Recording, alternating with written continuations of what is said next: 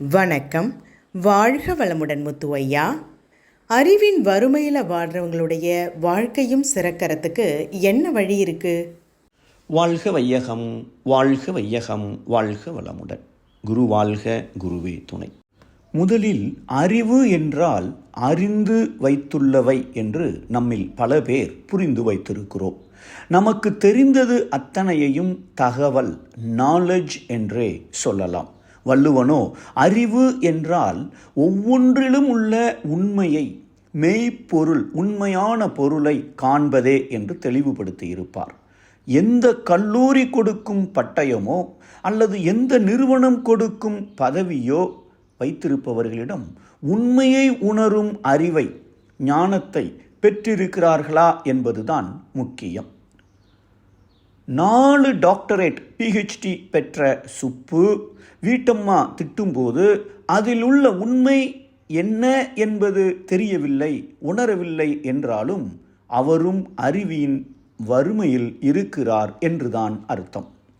உண்மையை உணர முடியாதவர்கள் 1000 கோடி பணமோ நாட்டையே ஆளும் தகுதி பெற்றிருந்தாலும் அதனால் அவர்களுக்கு நிம்மதி கிடைப்பது கஷ்டம்தான்.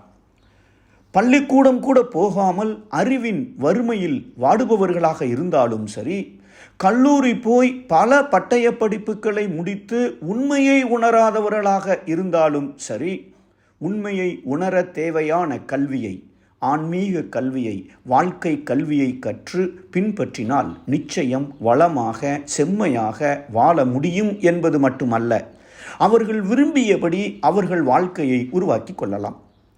அதற்காக சாப்பாட்டுக்கே வழியில்லாமல் வறுமையில் ஏழையாக இருக்கும் ஒருவரிடம் போய் உண்மையை உணர வழிகாட்டும் ஆன்மீகத்தை முதலில் கற்றுக்கொள் என்றால் அது நடைமுறை வாழ்க்கையில் சிரமம்தான்.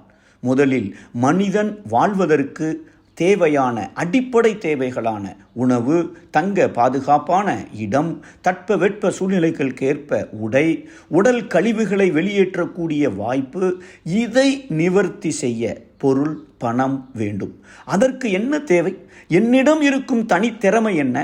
அதை எப்படி மேம்படுத்துவது என்பதில் முதன்மையாக முயற்சி செய்து அடிப்படை தேவைகளை பெற்றுக்கொள்ளும் வசதிகளை உருவாக்கிய பிறகு ஆன்மீக வழிகாட்டுதல்களின் கொடுக்கப்பட்ட யோக பயிற்சிகளை முறையாக கற்று பின்பற்ற ஆரம்பிப்பதே நடைமுறையில் சாத்தியமான ஒன்று.